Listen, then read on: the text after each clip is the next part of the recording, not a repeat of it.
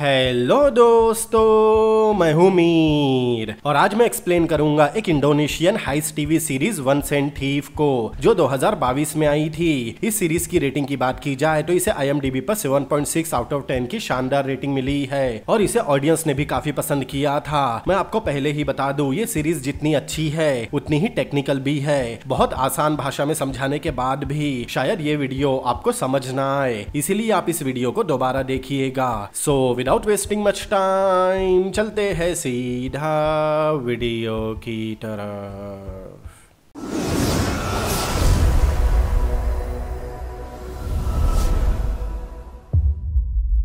पहले एपिसोड की शुरुआत में हम ईमान नाम के एक लड़के को हॉस्पिटल के बेड पर देखते हैं जिसकी आंखें बंद थी। फिर सीन शिफ्ट होता है और हम ईमान को बिंटेक नाम के एक बैंक में जाते हुए देखते हैं। ईमान बैंक में रॉबरी करने के इरादे से गया था।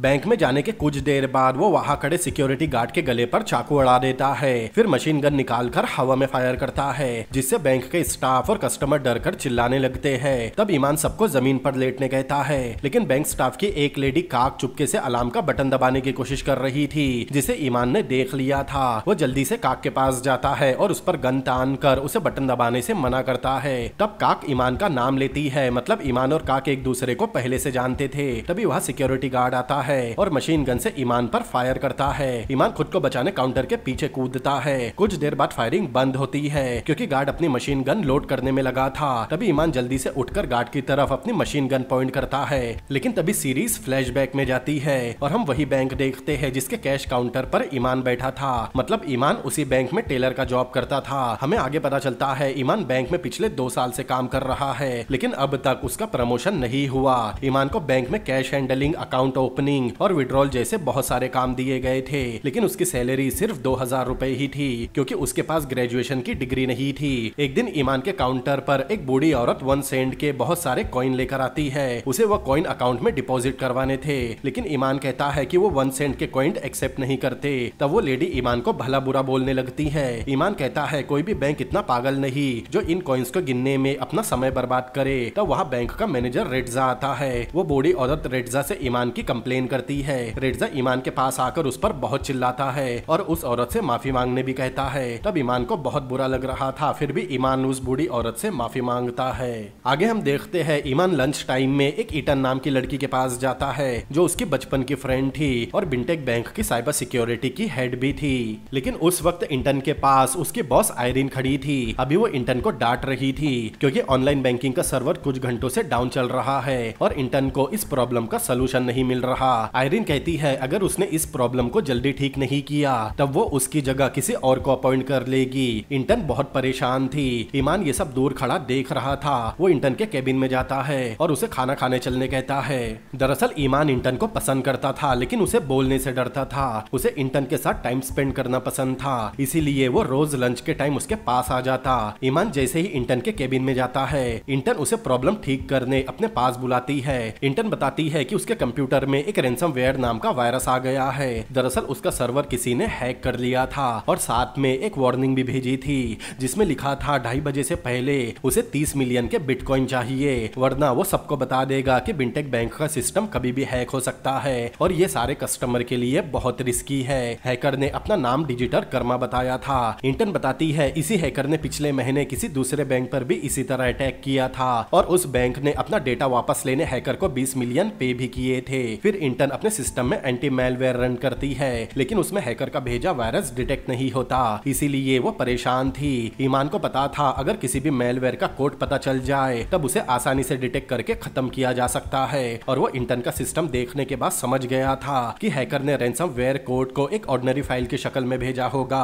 ताकि वो लोगों के सामने रहे, लेकिन किसी का ध्यान उस कोड पर ना जाए। इसीलिए ईमान यूपीएस स्क्रीन एक्टिवेट करता है, जिसकी वजह से उस दिन सिस्टम में जितने भी मॉडिफिकेशन हुए हैं वो सब अपने आप रिमूव हो जाते हैं। हैकर ने भी रैंसमवेयर को मॉडिफाई करके एक ऑर्डिनरी फाइल की शक्ल में भेजा था। उधर 2:30 बजने में कुछ ही मिनट बचे थे, उसे ये काम जल्दी खत्म करना था। तभी ईमान जल्दी से मॉडिफिकेशन रिमूव करता है, फिर रैंसमवेयर की इनक्रिप्टेड की ढूंढकर उसे डिक्रिप्ट करता देता है और कुछ ही देर में सिस्टम का सारा डेटा वापस आ जाता है और सिस्टम का एक्सेस ईटन को वापस मिल जाता है। जैसे ही रैंसमवेयर खत्म होता है, बैंक का पोर्टल अपने आप लॉग आउट हो जाता है। मतलब ईमान ने ईटन के सिस्टम को हैक होने से बचा लिया था, वरना उसकी जॉब चली जाती। ये देखकर ईटन बहुत खुश होती है। फिर दोनों बैंक की बिल्डिंग के टेरिस पर जाकर लंच करते हैं। आगे हम देखते हैं ईमान शाम में बैंक से अपने घर आता है, लेकिन उसका पेट अचानक खराब हो गया था। वो भागते हुए फ्लैट में जाता है। फ्लैट के अंदर जाते ही उसे बहुत सारे बॉक्सेस दिखाई देते हैं, लेकिन वो बॉक्स पर ध्यान नहीं देता।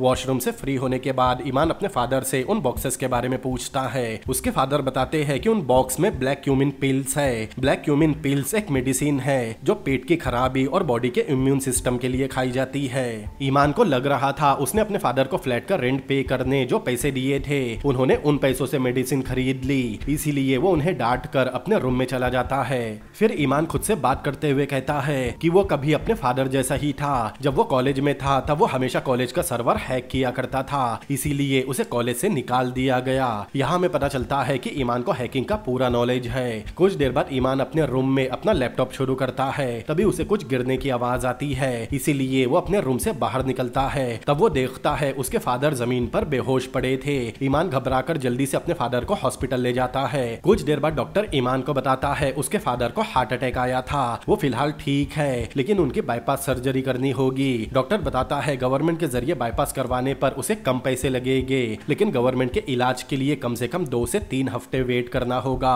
और उसके फादर के पास उतना टाइम नहीं, इसीलिए उसे अपने फादर को किसी अच्छे स्पेशलिस्ट को दिखाना होगा। लेकिन प्राइवेट बाईपास सर्जरी का खर्च 60,000 होगा और हॉस्पिटल का बिल अलग से देना होगा। ये सुनकर ईमान बहुत मायूस हो जाता है, क्योंकि उसके पास इतने पैसे नहीं थे। ईमान के साथ उसकी फ्रेंड ईटन भी थी।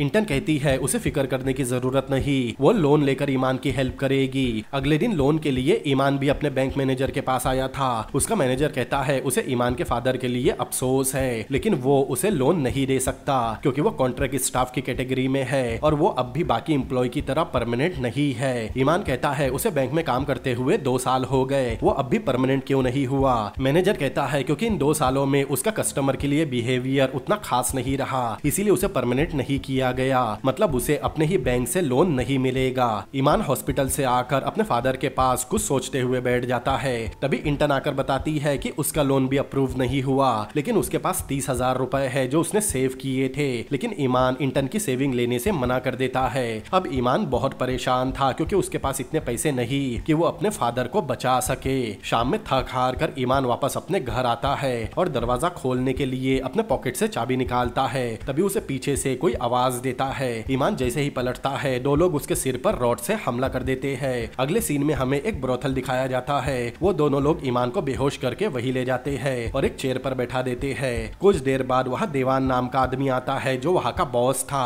वो पहले ईमान को डराता है, फिर बताता है कि उसके फादर ने बिजनेस करने के लिए उससे 30,000 उधार लिए थे और अब उसे पैसे वापस चाहिए। तभी ईमान को याद आता है कि घर आने पर जो उसने मेडिसिन के बॉक्स देखे थे वो उन्हीं पैसों के थे। फिर देवन ईमान को 2 दिन का समय देता है। अगर 2 दिन में उसे पैसे नहीं मिले तो वो उसे जान से मार देगा।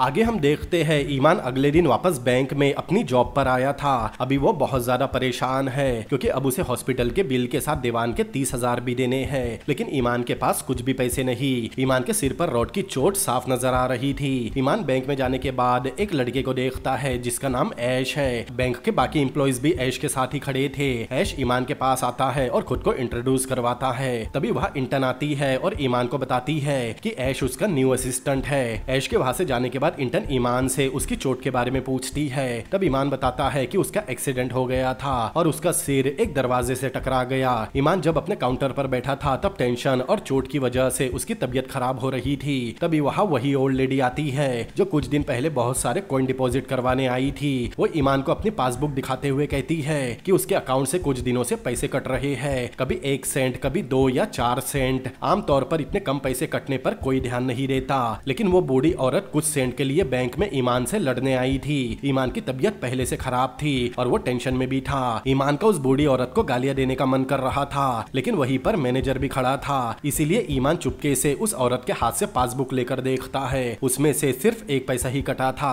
तब ईमान खुद से कहता है कि ये आइडिया उसे क्यों नहीं आया। उसके हर सवाल का जवाब उसके पास ही था, लेकिन फिर भी वो परेशान था। अगले सीन में हम देखते हैं शाम को ईमान अपने घर आता है। उसे पता था हैकर किसी का भी कंप्यूटर हैक करने एक मेल भेजते हैं। उस मेल में एक फाइल या लिंक होती है जिसे ओपन करने पर सिस्टम हैक हो जाता है और उस कंप्यूटर का अनऑथराइज एक्सेस हैकर को मिल जाता है। फिर वो कहीं से भी बैठकर उस सिस्टम को ऑपरेट कर सकता है। ये बात ईमान को अच्छी तरह पता थी। वो अपने घर जाने के बाद अपना लैपटॉप ऑन करता है और फिर से सारे कैलकुलेशन लगाता है कि हॉस्पिटल का बिल 60,000 और उसके फादर का लिया उधार 30,000, मतलब उसे टोटल 90,000 की जरूरत है। फिर वो बिंटेक बैंक की इंक्वायरी करता है जिससे पता चलता है उस बैंक में 95 लाख कस्टमर है। अगर उसने सारे अकाउंट से एक पैसा काट भी लिया तो किसी को कोई फर्क नहीं पड़ेगा, लेकिन 95 लाख लोगों का एक साथ एक पैसा काटने पर ईमान के पास 95,000 जमा हो जाएंगे और इसके अलावा ईमान के पास कोई रास्ता नहीं था।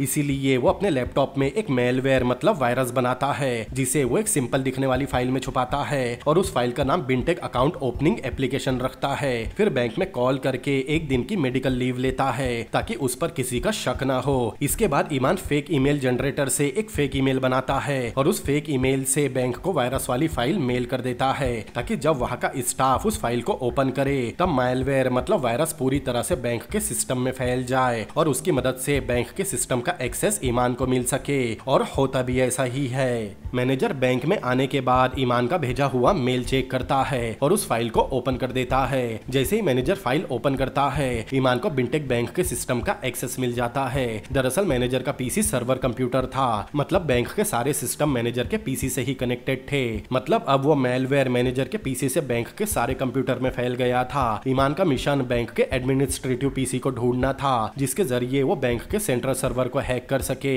ईमान को पता था वायरस के एडमिन पीसी में पहुंचते ही एडमिन पीसी हैंग हो जाएगा, जिसे ठीक करने के लिए वो इंटर्न को बुलाएंगे। फिर इंटर्न एडमिन पीसी को रिबूट करेगी और उसमें फिर से आईडी पासवर्ड डालेगी। तब वो आईडी पासवर्ड ईमान को पता चल जाएगा जिससे वो बैंक के सेंट्रल सर्वर में पहुंचेगा। ईमान जानता था हर बैंक में एक सर्वर रूम होता है जिसमें बैंक और कस्टमर के बीच के हर ट्रांजैक्शन की पूरी डिटेल और ऑपरेशंस होते हैं। दरअसल हर बैंक में एक कलेक्शन अकाउंट होता है जिसमें सभी कस्टमर का service charge, GST, credit card payment, transfer fees और ऐसे बहुत सारे चार्जेस जमा होते हैं। ईमान 95 लाख अकाउंट में से एक पैसा सर्विस चार्ज के तौर पर काट लेता है जिसका अमाउंट 95,000 होता है। फिर उन पैसों को बैंक के कलेक्शन अकाउंट में जमा करता है। इसके बाद ईमान बैंक के डोरमेंट या इनएक्टिव अकाउंट ढूंढता है। तब उसे गुंडो इंटरप्राइजेस के नाम का एक अकाउंट मिलता है जो 10 साल से इनएक्टिव था। ईमान उन 95,000 को गुंडो इंटरप्राइजेस के अकाउंट में ट्रांसफर करता है। अब ईमान उन 95,000 से अपनी सारी परेशानियां खत्म कर सकता था, इसीलिए वो खुशी से नाचने लगता है।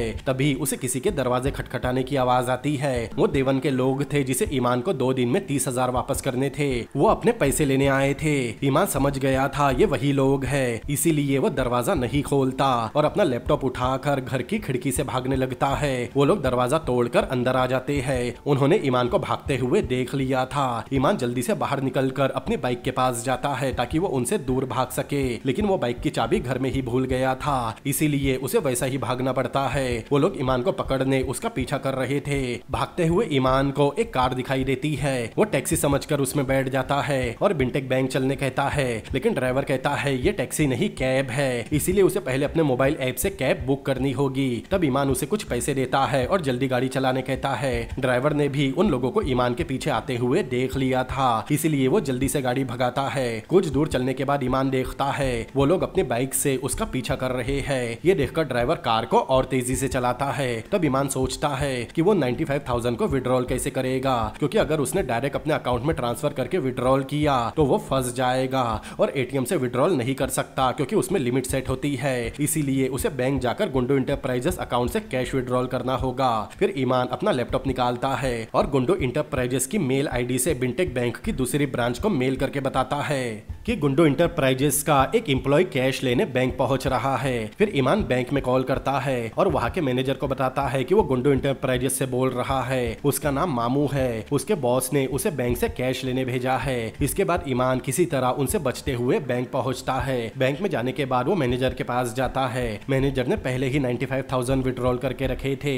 ईमान मैनेजर को बताता है कि वो ही मामू है। तब मैनेजर उसे आईडी दिखाने कहता है, लेकिन ईमान कहता है कि वो जल्दबाजी में आईडी लाना भूल गया, लेकिन उसके फोन में आईडी का फोटो है। दरअसल ईमान ने पहले ही मामू नाम की आईडी अपने फोन में बनाकर रखी थी। तब मैनेजर उसे पैसे दे देता है। ईमान पैसे लेकर बैंक से निकल रहा था, तभी वो लोग भी बैंक पहुंचते हैं और कैब ड्राइवर से झगड़ा करने लगते हैं। ईमान जल्दी से बाहर जाता है और उनके 30,000 उन्हें दे देता है। तब वो लोग वहाँ से चले जाते हैं और ईमान चैन की सांस लेता है। आगे हम देखते हैं ईमान बचे हुए पैसों से अपने फादर की बाईपास सर्जरी करवाता है। अगले दिन ईमान अपने जॉब पर बिना किसी टेंशन से पूरे कॉन्फिडेंट के साथ जाता है। वो हमेशा की तरह इंटर्न के लिए उसके केबिन की तरफ लंच करने जा रहा था। तब ईमान देखता है इंटर्न के केबिन में पहले से उसका असिस्टेंट ऐश था। इंटर्न उसके साथ कॉफी पी रही थी। तब ईमान बिना इंटर्न से मिले वहाँ से चला जाता है। बैंक से अपना काम खत्म करके ईमान अपने फादर के पास हॉस्पिटल जाता है। उसके फादर की सर्जरी हो चुकी थी। वो अपने फादर के पास खड़ा होकर सोच रहा था कि उसने जो किया वो गलत है, लेकिन उसे अपने फादर की जान बचाने के लिए ऐसा करना ही पड़ा।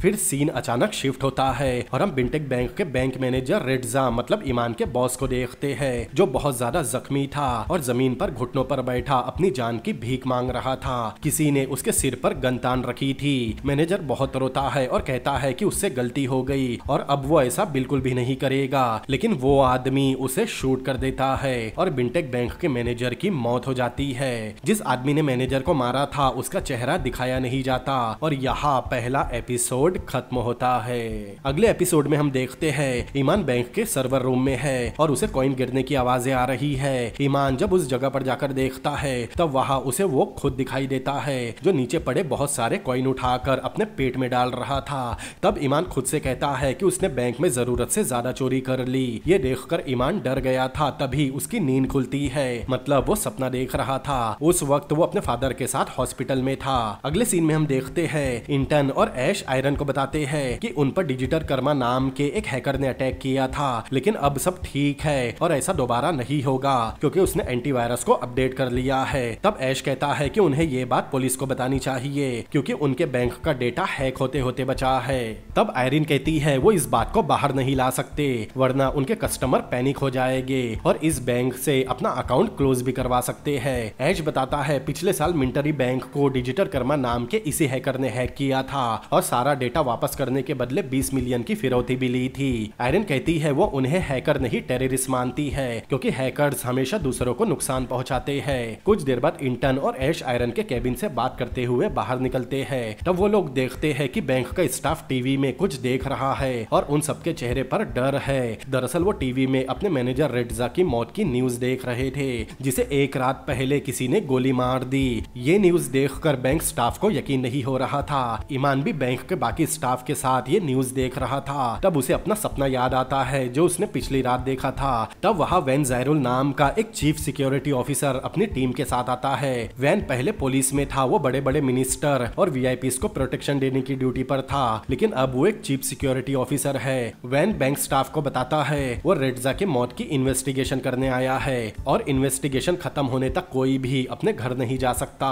ये सुनकर ईमान डर जाता है क्योंकि कुछ ही दिन पहले ईमान ने बैंक में एक फ्रॉड किया था। अगर इन्वेस्टिगेशन के दौरान उसका फ्रॉड पकड़ा गया तब रेड्जा के खून का शक भी उस पर ही जाएगा जिसका ईमान से कोई कनेक्शन नहीं। ईमान को पता था अगर पुलिस ने रेड्जा के कंप्यूटर को चेक किया तो उन्हें ईमान का मेल मिल जाएगा जिसमें उसने मेलवेयर मतलब वायरस भेजा था। अगर उसे बचना है तो उसे वो मेल डिलीट करना होगा, लेकिन उसका लैपटॉप घर पर है और वो इन्वेस्टिगेशन खत्म होने तक बैंक से बाहर नहीं निकल सकता। लेकिन उसे पता है अगर वो किसी तरह सर्वर रूम में पहुंच गया तो वो उस मेल और मेलवेयर वाली फाइल को डिलीट कर सकता है। लेकिन सर्वर रूम बैंक की बिल्डिंग के 4th फ्लोर पर था और सर्वर रूम में बैंक का कोई भी स्टाफ नहीं जा सकता। सर्वर रूम में जाने का एक्सेस सिक्योरिटी डिपार्टमेंट के बस कुछ ही लोगों के पास था। यहाँ तक जो लिफ्ट 4थे फ्लोर पर जाती थी वो भी उन्हीं लोगों के थंब प्रिंट से चलती है जिन्हें सर्वर रूम में जाने का एक्सेस मिला हुआ है। मतलब ईमान का सर्वर रूम में जाना लगभग नामुमकिन था। ये सारी बातें ईमान को परेशान कर रही थी और उसे बहुत घबराहट भी होने लगी थी, इसीलिए उसकी तबीयत थोड़ी खराब हो जाती है और वो वॉमिटिंग करने वॉशरूम में जाता है। तभी वहाँ साइबर सिक्योरिटी का एक एम्प्लॉय आता है जिसका नाम शेमत था। शेमत वॉशरूम में बेसिन के पास अपना फोन रखकर टॉयलेट में चला जाता है क्योंकि उसका पेट खराब हो गया था। शेमत के टॉयलेट में जाते ही उसके फोन पर किसी का कॉल आ रहा था। तब ईमान का ध्यान शेमत के फोन पर जाता है। फोन हाथ में लेने पर उसे दिखाई देता है शेमत के फोन पर उसके बहुत सारे उंगलियों के निशान है। दरअसल शेमत साइबर सिक्योरिटी का एम्प्लॉय था, इसीलिए उसके पास सर्वर रूम वाले फ्लोर पर जाने वाली लिफ्ट का एक्सेस है। इसीलिए इसीलिए ईमान उसके फोन का स्क्रीन गार्ड निकाल लेता है क्योंकि स्क्रीन गार्ड पर शेमत के फिंगरप्रिंट है। मतलब अब वो चौथे फ्लोर पर जाने वाली लिफ्ट में जा सकता था, लेकिन ईमान का उस लिफ्ट में जाना मना है क्योंकि वो नॉर्मल स्टाफ था। इसीलिए वो जल्दी से हाउसकीपिंग वाले रूम में जाकर हाउसकीपिंग के कपड़े पहनता है और हाउसकीपर का सामान लेकर वहां से निकलता है और जल्दी से उस लिफ्ट के पास जाता है। लिफ्ट में जाने के बाद ईमान वही स्क्रीन गार्ड निकाल कर लिफ्ट के सेंसर पर लगाता है। तभी वहां बैंक का एक आदमी फोन पर बात करते हुए आ जाता है, जिसे देखकर ईमान बहुत डर गया था। वो जल्दी से लिफ्ट का दरवाजा बंद करने के लिए स्क्रीन गार्ड को सेंसर पर लगाता है, लेकिन पहली बार में सेंसर स्क्रीन गार्ड के फिंगरप्रिंट को कैच नहीं करता। तब ईमान जल्दी से स्क्रीन गार्ड पर फूंक कर उसे थोड़ा साफ करता है और जल्दी से सेंसर पर लगाता है। तब सेंसर स्क्रीन गार्ड पर छपे शेमत के फिंगरप्रिंट कैच कर लेता है और लिफ्ट स्टार्ट हो जाती है। ऊपर जाने के बाद वो पहले एडमिन पीसी रूम में जाता है क्योंकि सर्वर रूम में जाने के लिए उसे पहले एक्सेस कार्ड प्रिंट करना होगा, तभी वो सर्वर रूम में इंटर कर सकेगा। और सारे एक्सेस कार्ड एडमिन रूम में ही प्रिंट होते हैं। एडमिन रूम में जाने के लिए भी एक्सेस की जरूरत थी, इसीलिए वो फिर से स्क्रीन गार्ड का इस्तेमाल करता है और एडमिन पीसी रूम में जाता है। एडमिन रूम में जाने के बाद ईमान बैंक के एडमिन कंप्यूटर पर सबसे पहले सारे सीसीटीवी फुटेज डिलीट करता है क्योंकि वो अपने काउंटर से वॉशरूम तक और वहां से हाउसकीपिंग रूम तक सीसीटीवी में आ चुका था, इसीलिए पहले ईमान फुटेज डिलीट करता है। इसके बाद वो बैंक के सारे सीसीटीवी 15 मिनट के लिए बंद कर देता है ताकि वो वहां से अपने काउंटर तक जा सके। अब उसे सारे काम खत्म करके 15 मिनट में अपने काउंटर पर वापस आना होगा। अगर उसे 15 मिनट से ज्यादा टाइम लगा तो सारे सीसीटीवी शुरू हो जाएंगे और सबको वो सीसीटीवी फुटेज में दिखने लगेगा। इसीलिए ईमान अपनी वॉच में टाइम सेट करता है। इसके बाद वो एडमिन पीसी में बैंक स्टाफ के उन लोगों की लिस्ट चेक करता है जिनके पास सर्वर रूम में जाने का एक्सेस है। तब उसे लिफ्ट में इंटर्न के असिस्टेंट ऐश का नाम भी दिखाई देता है। ईमान तुरंत ऐश के नाम का एक्सेस कार्ड प्रिंट करता है ताकि अगर कुछ भी गड़बड़ हो जाए तो सारा शक ऐश पर ही जाएगा। उधर साइबर सिक्योरिटी की हेड आयरीन वैन और उसकी टीम के साथ अपने कैबिन में बात कर रही थी। तभी वहाँ ऐश और इंटर्न भी आते हैं। ऐश पूछता है रिडजा का कंप्यूटर आयरीन के कैबिन में कैसे आया, उन्हें पुलिस के आने तक वेट करना चाहिए था, लेकिन आयरीन कहती है कि वो खुद पर्सनली उसके कंप्यूटर को चेक करना चाहती थी। दरअसल आयरीन नहीं चाहती कि रिडजा के कंप्यूटर में पुलिस को ऐसा कुछ मिले जिससे बैंक के कस्टमर पैनिक हो जाए। ऐसा होने पर बैंक को बहुत नुकसान झेलना पड़ सकता है और बैंक की रेपुटेशन भी गिर जाएगी। लेकिन ऐश चाहता था कि रिडजा के कंप्यूटर की जांच पुलिस ही करे, लेकिन वो सिर्फ एक असिस्टेंट था। तब इंटर्न भी ऐश के इस बिहेवियर से परेशान हो रही थी क्योंकि वो बस अपनी जॉब करना चाहती थी। तभी वैन किसी से फोन पर बात करता है, फिर इंटर्न और ऐश को अपने साथ चलने कहता है। उधर ईमान एक्सेस कार्ड बनाकर जल्दी से एडमिन रूम से सर्वर रूम की तरफ जाने निकलता है। अब उसके पास सिर्फ 11 मिनट बचे थे। ईमान जैसे ही सर्वर रूम की लिफ्ट की तरफ जाता है उसे पता चलता है कि लिफ्ट पहले से ऊपर आ रही है, मतलब लिफ्ट में कोई है। लिफ्ट का दरवाजा खुलते ही ईमान पकड़ा जाएगा। लिफ्ट का दरवाजा खुलने पर साइबर सिक्योरिटी स्टाफ की एक लड़की बाहर निकलती है, लेकिन तब तक ईमान लिफ्ट के पास बने एक रूम में छुप गया था। लेकिन लड़की रूम का दरवाजा बंद होने की आवाज सुन लेती है। वो चेक करने रूम की तरफ आ रही थी, लेकिन दरवाजे के पास आने के बाद वो लड़की वापस पलटकर दूसरे रूम में चली जाती है और ईमान बाल बाल बच जाता है। उधर वैन इंटर्न और ऐश को सीसीटीवी रूम में ले जाता है क्योंकि सारे सीसीटीवी एक साथ ऑफलाइन हो गए जो ईमान ने ही किया था। इंटर्न बताती है कि सिस्टम अपग्रेड हुआ है, लेकिन वो लोग हमेशा बैंक के वर्किंग आवर खत्म होने के बाद ही अपग्रेड करते हैं, काम के बीच कभी अपग्रेड नहीं किया जाता।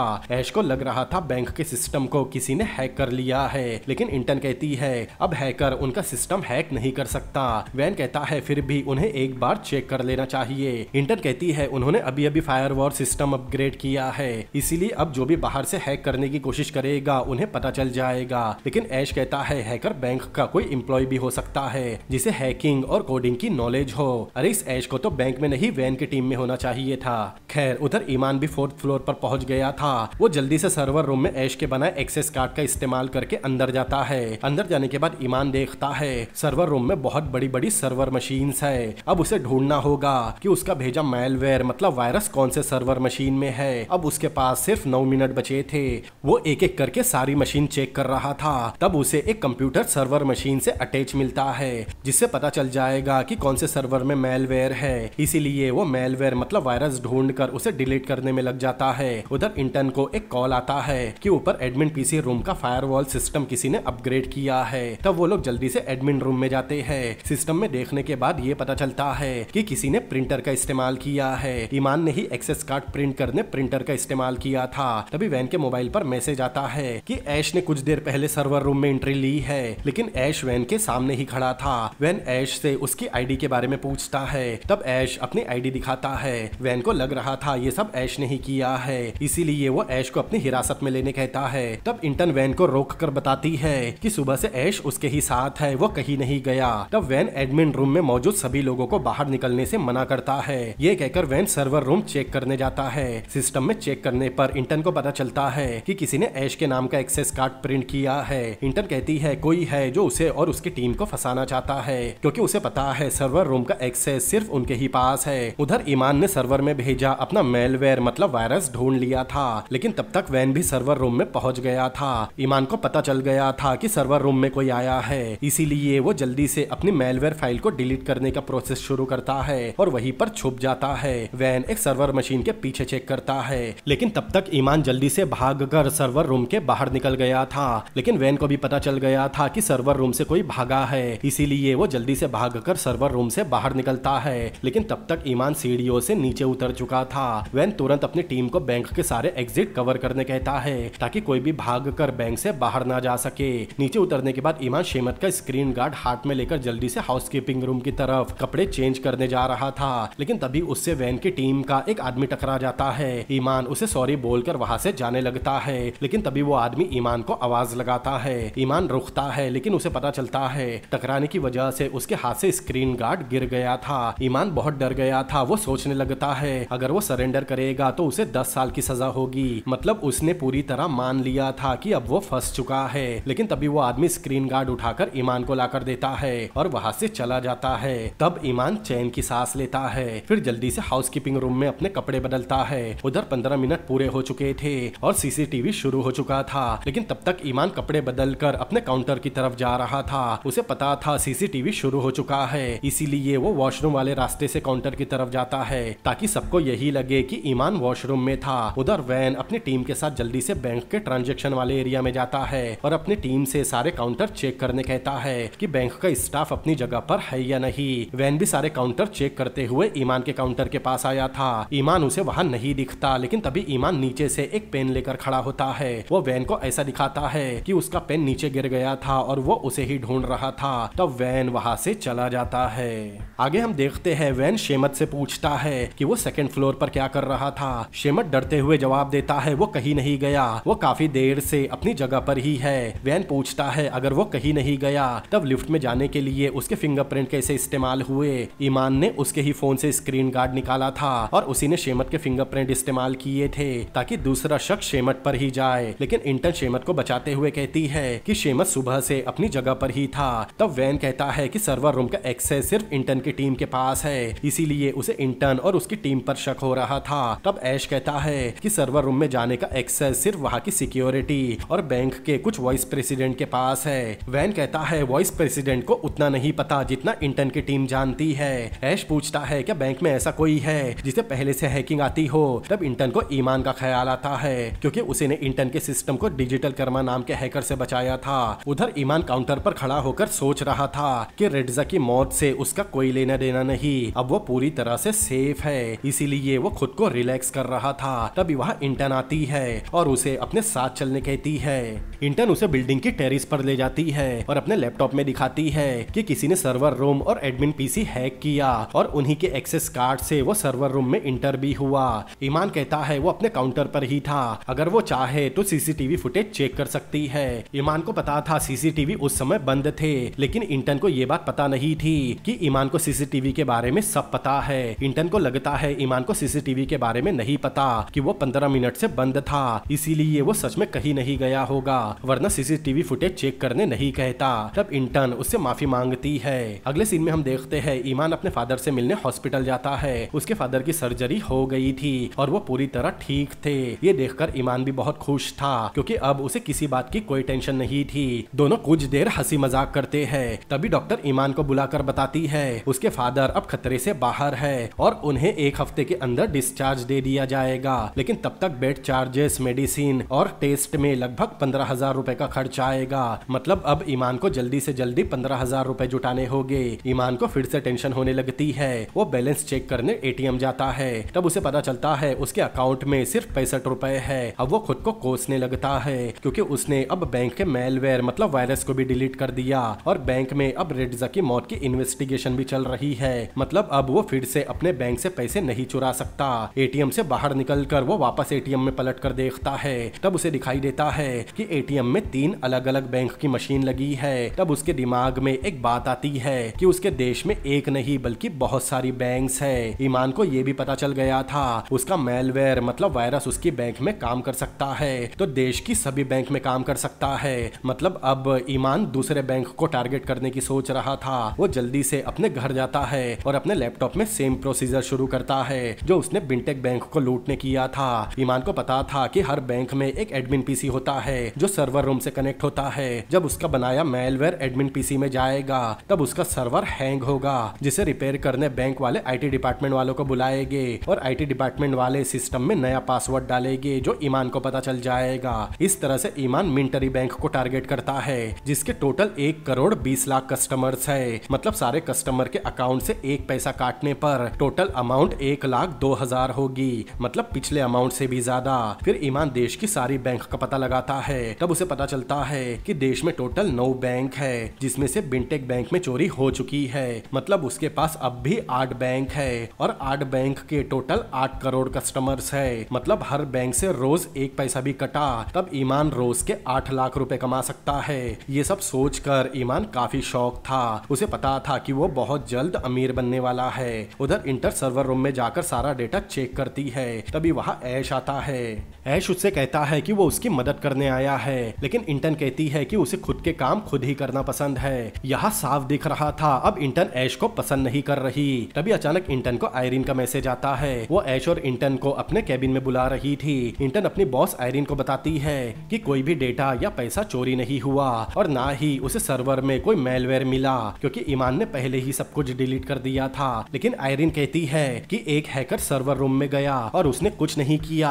अगर उसे कुछ नहीं करना था तब वो इतना रिस्क लेकर सर्वर रूम में गया ही क्यों? इंटन कहती है ये जिसने भी किया है उसने सीसीटीवी फुटेज डिलीट कर दिया और बिना सीसीटीवी फुटेज के उसे पकड़ा नहीं जा सकता।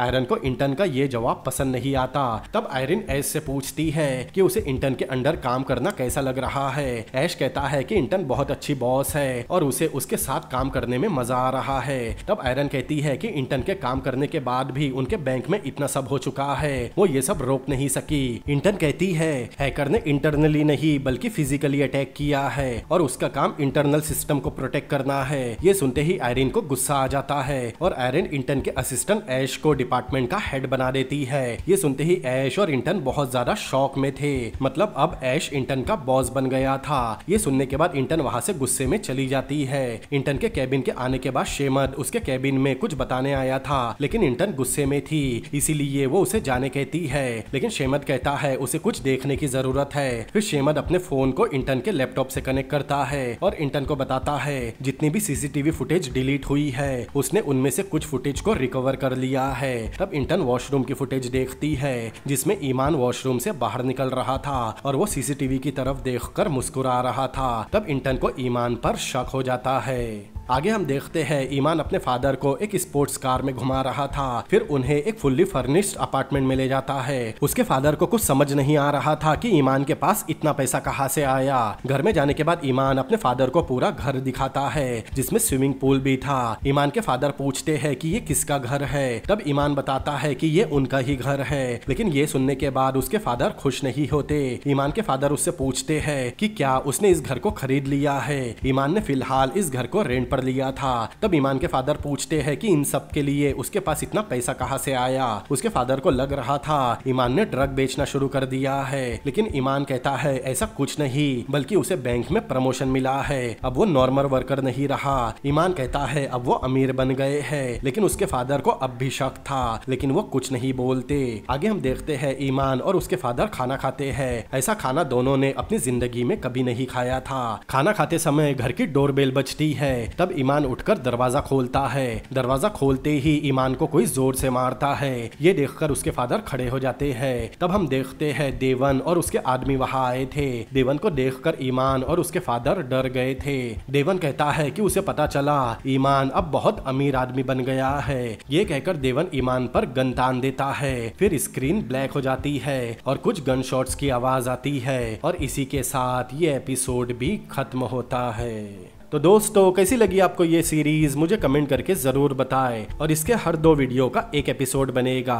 इसके बाकी के वीडियो मैं जल्द से जल्द लाने की कोशिश करूंगा। और ये वीडियो आपको पसंद आया हो तो इस वीडियो को लाइक करें, अपने दोस्तों के साथ शेयर करें और इसके आगे की सीरीज देखने के लिए मेरे चैनल को सब्सक्राइब करें। तो मिलते हैं अगली बार किसी और अमेजिंग मूवी के एक्सप्लेनेशन के साथ। Peace out.